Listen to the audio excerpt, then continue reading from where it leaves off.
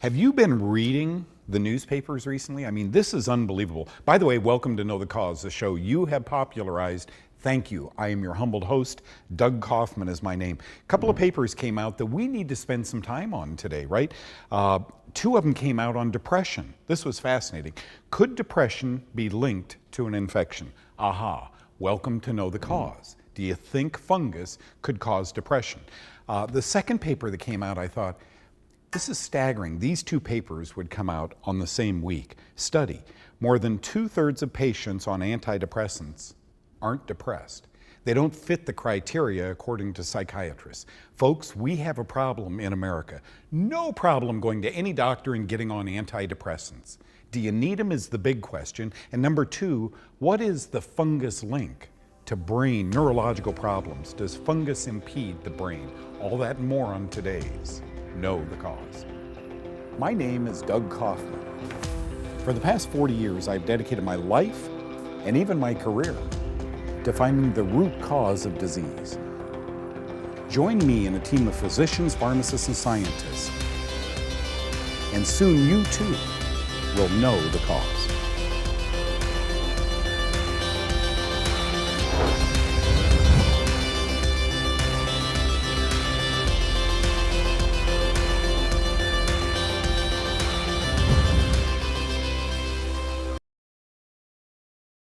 You are looking at my medicine cabinet at home, just lying. Scott is so wonderful. Scott Olson is the president of a company called Poop Doc.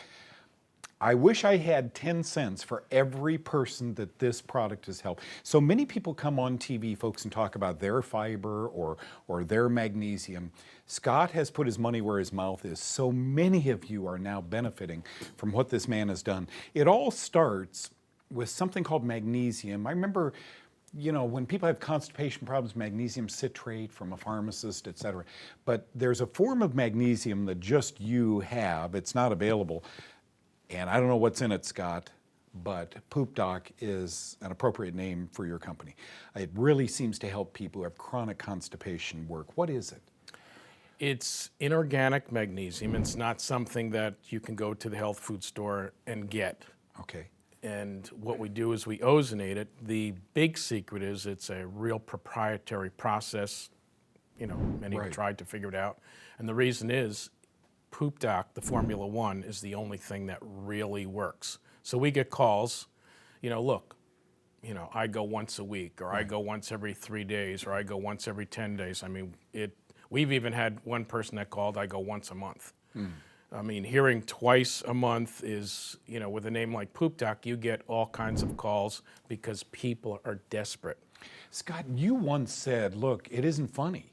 I mean, this is something that's real. A physician watching the show said, well, what have I got to lose? And ordered your product. Now, folks, it's one thing to give a man a fish, then he'll eat for a day. It's a whole nother thing to teach a man to fish, then he eats for the rest of his life. A lot of fish out in those waters, right? When a physician gets sick or is constipated, what do? When we get sick, we go to a doctor. Listen to what this physician had to say about Poop Doc. I am a physician, and I also have struggled, and I mean struggled, with constipation for my entire 63 years on Earth. This has been one of the major issues influencing many of my life decisions, and you are right, it's not funny. I have received worthless, or worse, advice from doctors, semi-doctors, wannabe doctors, and everybody else. I have used other magnesium-based products with some partial relief. I'm writing because I just have to tell you that your product is the best thing I have ever used. I now consider my arsenal to be equipped for this challenge, and I am without words sufficient to tell you how grateful I am. I have a transcript that you made available. This is absolutely amazing. Can you imagine, Scott, the joy? Well, you imagine it because you feel it.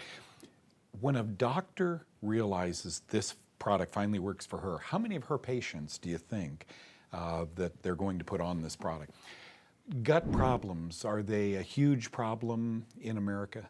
Well, there's a billion office visits a year, and there's 3 million a month just for Digestive problems. 3 million a gastroenterologists. month, 36 million a year of us make visits to a doctor. And here's a doctor who now gets it and will help so many. Funny story, Scott, I worked in dermatology for quite a few years. And the patients would come in with ruddy complexions or health problems, psoriasis, seborrheic dermatitis, etc. And if you really pull them aside, they want to talk about constipation. You know, Doug, I have to get out of here. It's nice talking with you, but I got to get to the gastroenterologist. Oh, why? Because I'm really constipated. And sometimes, folks, if you fix this, you fix this also. Scott, I'm not one of those people. I never really suffered from constipation. I've been blessed in that area. But I take this really does look like my medicine cabinet. I take a scoop of this in water before going to bed at night. Now, what is this product? What is your fiber product? Well, Formula One, we get everybody going. And that's what works when nothing else works. Is that the magnesium? Right. Okay. The inorganic magnesium compounds. Once people are going, we all need fiber. I mean, you know, once we're 25, 30, we need fiber. Right. So usually when people grab something off the shelf in the grocery store, even a health food store, it's pure psyllium. And what they're going to do is they're going to take that, they're going to be bloated, they're going to get gas, they're not going to feel so good. You know, 95% of America is dehydrated, so they're not drinking enough water. So we made this, blended it with 5 different natural anti-inflammatory herbs, so it calms and soothes, and then even added some L-glutamine, the best amino acid for the gut. You know, people often say, you know, it's just a gut reaction. And little did we know, folks, that what Scott's company is known for a long time, by the way, poopdoc.com, little did we know that a large part of our immune system is right down here. If it's broken, maybe now you can fix it. Scott, Poop Doc, thank you very much for coming Thanks, today. Doug. Can you really eat fat and lose weight? So says my good buddy, Dr. Ann Louise Gittleman is here today. As a matter of fact, she's authored a book to that effect, Eat Fat, Lose Weight. We first met, boy, what a interesting background we have. Maybe 40 years ago in the 1970s, I read Townsend Letter for Doctors Communicating with Doctors back in the 1970s. And I was in clinical practice back then working with Dr. Howard Gottschalk, who was a Los Angeles ear, nose, and throat guy. And I was finding when these patients ate avocados and ate coconut oil, which were horrible words back in the 1970s, they seemed to do much better with their allergies, their skin, and so forth. Well, along comes Townsend Letter, and this doctor is writing in Townsend Letter that those foods are actually good for your health. Welcome to the woman I spoke with maybe 40 years ago on the phone. You were kind enough to return my call and talk. We didn't have emails, we didn't have cell phones. But you and I talked, and you lent scientific credibility to this whole, shall I say, problem, because remember the food pyramid? You need to turn it upside down, no fats, be careful of fats and oils. Tell us what this great new book, which is a book you folks need to read, right? This is so amazing, Eat Fat to Lose Weight. What information is in there that this audience would deem useful? Well, thank you, first of all, for having me Great. after 40 years of first knowing you. I would say that Eat Fat, Lose Weight really is the mantra for 2016 onwards towards the rest of the century, because fat is the most important nutrient in terms of your heart, in terms of your skin, in terms of your joints, in terms of your brain. 60% of your brain is made of the right kind of fats, and it's important in terms of your hormones. So there is nothing about fat that your body can't use, provided it's the smart fats. So we're not talking about the processed oils, the polyunsaturated oils, or the hydrogenated oils. We're talking about the good saturates from your coconut oil, from your avocados, your monounsaturates. We're also talking about macadamia nut oil, nuts and seeds, and something called GLA, or gamma-linolenic acid, that you get from evening primrose oil, as well as the botanicals, because all of that is the precursor of your hormones for your sex life, as well as your appetite, as well as your stress, and in terms of really kicking off metabolism. Women particularly need this for beautiful skin, hair, and nails. Men need this for their prostate glands, and they need it in terms of heart disease. So the book, Eat Fat, Lose Weight, shows you the right fats to eat for breakfast, lunch, and dinner, what you need to do in between, and how you metabolize and digest fats, because it's not just about eating them, but it's about digesting them, as I think you know. And so many people tell me, by the way, it's so good to see you again. You and I need to have lunch, because we would never quit talking about our fields of interest. So many people tell me, well, this book wouldn't apply to me because I had a cholecystectomy. I had my gallbladder taken out, and so the doctor really has me on a special diet. Any truth to that, or can people without a gallbladder benefit from eating certain good fats? People without a gallbladder absolutely need the book, because I teach you what to do without a gallbladder. You should be taking bile salts. You should be putting back in your body what is no longer being produced or being stored in the gallbladder. So there's certain nutrients that you need. I talk about the ox bile, particularly about the importance of certain types of beets in the system, as well as lecithin, which acts as a detergent. And I talk about the 3 foods, Doug, that are very unhealthy, particularly if you think you have gallstones. Because what we found with some very interesting allergy research back in the day is that there are 3 basic foods that will precipitate gallstone problems and gallbladder attacks. And if you get rid of those 3 basic foods, almost 100% of your discomfort goes away. Wow. Do you remember this? I had Dr. Gittleman on here a long time ago. I found these in my bookshelf. Through the years, I've read them. Fat Flush, million seller. A million seller. I won't ask what your cut of that was, but that's very, very exciting. We hope this book does the same thing. Can you eat fat to lose weight? You say you need to eat the right fats to lose weight, or you won't. Well, it's because that's the most important nutrient that we have to stabilize blood sugar. It's the most important nutrient that we have to offset insulin. And if you just think of it this way, there are skinny oils, but all kinds of sugar and carbohydrates and too much fruit, particularly from certain types of high fructose fruits, will make you fat, will upset your colon, will upset your immune system, and will upset your skin, hair, and nails. So fat makes you thin, and sugar makes you fat and sick. There was a period of time many years ago, 40 years ago exactly, when if I told someone to eat an avocado, I had dietitians shaking their finger at me. Thank you for your time today. This book, I hope it sells and sells and sells. Eat Fat, Lose Weight. You can go to AnnLouise.com. Ann Louise, no E, A-N-N Louise.com. Thank you for your time. You're so welcome.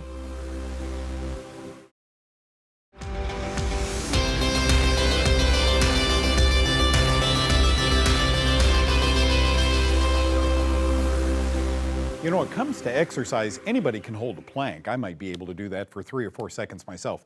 But a high-low plank, that requires special skills. Watch Daniel. So, welcome back. You're feeling stronger. You look great, by the way. I can already tell the difference. Today we're going to do a high plank to a low plank. We're going to do 2 different versions for a beginner, but then I also want to give you something to shoot for, something, a goal, some place you're going to end up. So I want to be on my knees in sort of a push-up position. They used to call it the girl push-up, but I know some pretty tough chicks that can do some amazing push-ups one-handed. So let's totally eliminate that cognitive from our mind. Start in a push-up position here. Again, shoulders low, posture's important. Shoulder blades together, buns are tight. I am a strong plank right now. Now I'm going to replace my right hand with my right elbow, my left hand with my left elbow, and then I'm going to come back up. I'm just going to get a nice rhythm, up, down, down, down, up, up, down, down, up, up. Your stomach, your core is what's stabilizing here, okay? So again, it's super simple. Elbow, elbow, hand, hand. You'll feel the difference. What are we trying to get to? We're trying to get to this, okay? Down, down, up, up. It's almost like a one-handed push-up, so congratulations, bravo if you're doing this correctly. I feel a huge circle of energy running through my core, running through my legs, running through my chest. I feel like I know my body more. I feel like I'm more aware of physical movement after just, 10, 12, 15 seconds worth of movement. This is important. These are the exercises, this whole series that's going to keep you feeling young, feeling great, playing with grandkids, spending your money on fun stuff like exercise and vacation rather than medicine or surgery. So invest in yourself here. I cannot encourage you or emphasize enough how important it is to take care of yourself. You have one body. If you don't take care of it, somebody else is, and they're not going to treat it as well as you do, I promise.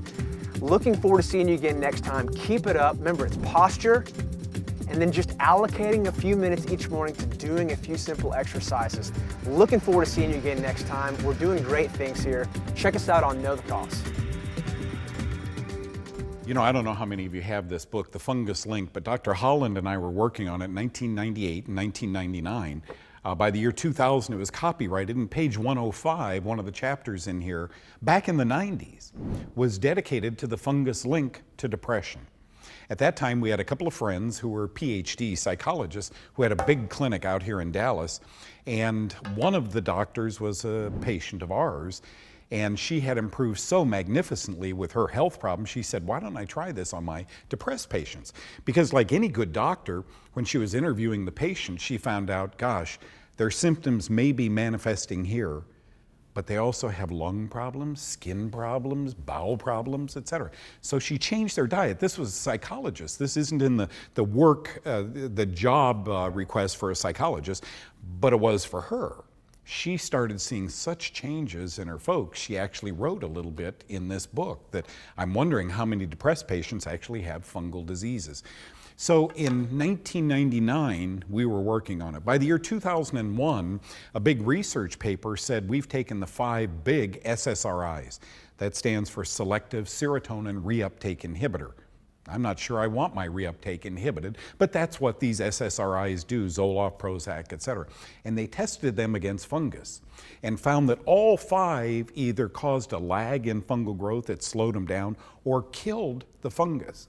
So folks, when your doctor gives you an antifungal medicine, gives you an antidepressant medicine, he's giving you an antifungal medication because these SSRIs have antifungal potential and properties. So understand how huge this is for my field. Are they working because they're killing fungal germs in your body?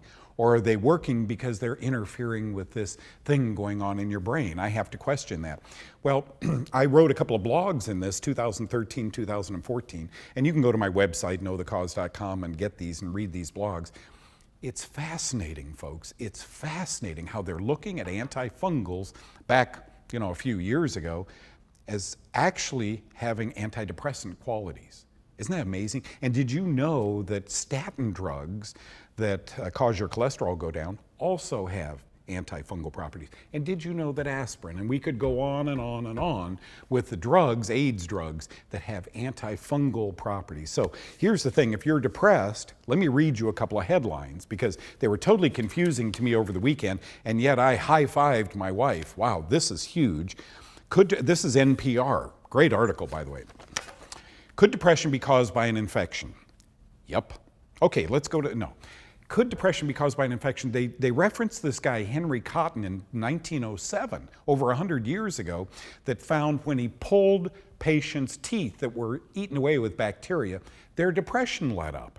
And so he started to put a hypothesis together that, gee, maybe the bacteria in your body is causing you to become depressed. Now, you know my feelings on that, right? It might be bacteria, it might be viri, might be protozoa, but I think it's definitely fungus because none of them off-gas a secondary product called a mycotoxin in this case. So fascinatingly, I wrote, this referenced an article that was done in a big major journal, and I wrote that doctor, got a response back just this morning, just a few hours after I wrote this doctor.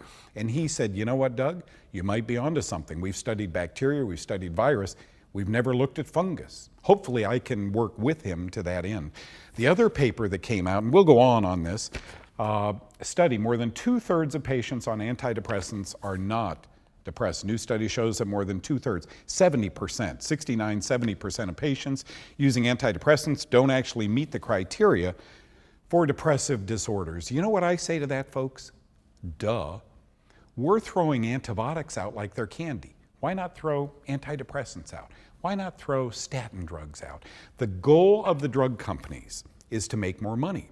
In order to do that, they must have their students called physicians. And yes, every doctor must get continuing medical education. And who do you think gives that education? Thank you, the drug companies. So they must get their students to learn how more and more and more drugs are needed. Fascinating article, because it just says blatantly, we're handing these out far too often. And folks, there's a dangerous side of antidepressant drugs. One of the side effects is mania. It means walking into a library, a school, or driving your car through hordes of people and injuring or killing them. We've got to put our thinking cap back on. Now, when we get back, what I'd do if I had depression. Don't go away.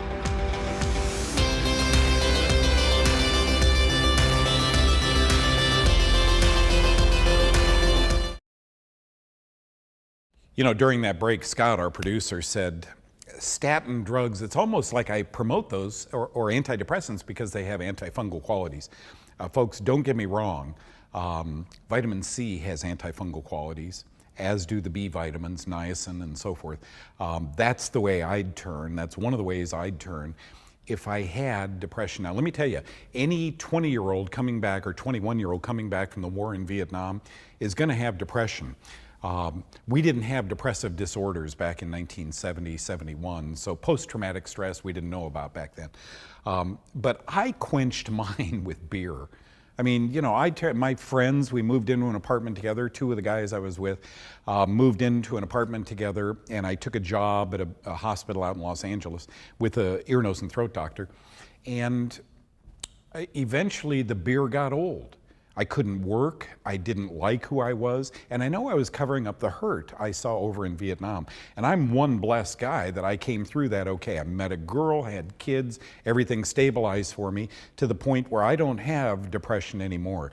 I was lucky because at the same time I found out that my depression let up when I went on antifungals and when I followed a certain diet. So the Oreo cookies, the sandwiches, the beer was inducing my brain to have these depressive problems. And I think so often that's the case there. Maybe you hadn't gone through the war, maybe you've led a pretty privileged life, but I've got to tell you, at some time alcohol being a mycotoxin, or antibiotics being mycotoxins, or wheat, or corn, or peanuts having mycotoxins in them can build up enough in your body that, by gosh, I think I'm depressed. I'm going to go to a psychiatrist.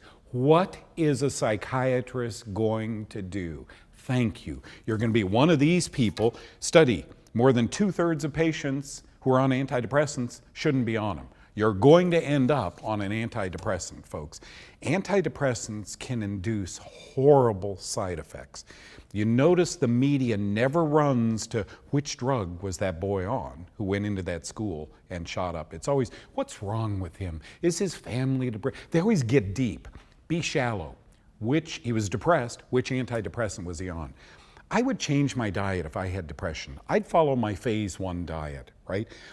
So I'd starve fungus. Fungus is a living parasite. It has to eat carbohydrates, sugars, etc. That's what my phase 1 diet does. It starves those. Number 2, I'd probably talk to my doctor about going on an antifungal for a couple of weeks while I'm on that diet. Then drop the antifungal if he'll let you and use supplements as antifungals because so many of them have antifungal properties. I hope you've learned a lot from this. Depression, yes, it can be due to a germ. Science is finally going in that direction. Don't go away. You know, as I go back and look over this show, I see my segments on depression. I wonder how many Americans are on SSRIs or antidepressants or other antidepressants. And then Scott comes in and we talk a little bit about gut problems. How many Americans are seeing gastroenterologists and taking gut medication? Folks, just those two has to be in the multi-millions. I see how drug companies work. We are dependent upon them. And we're dependent on the doctor to go back and see him and pay a fee and get more drugs.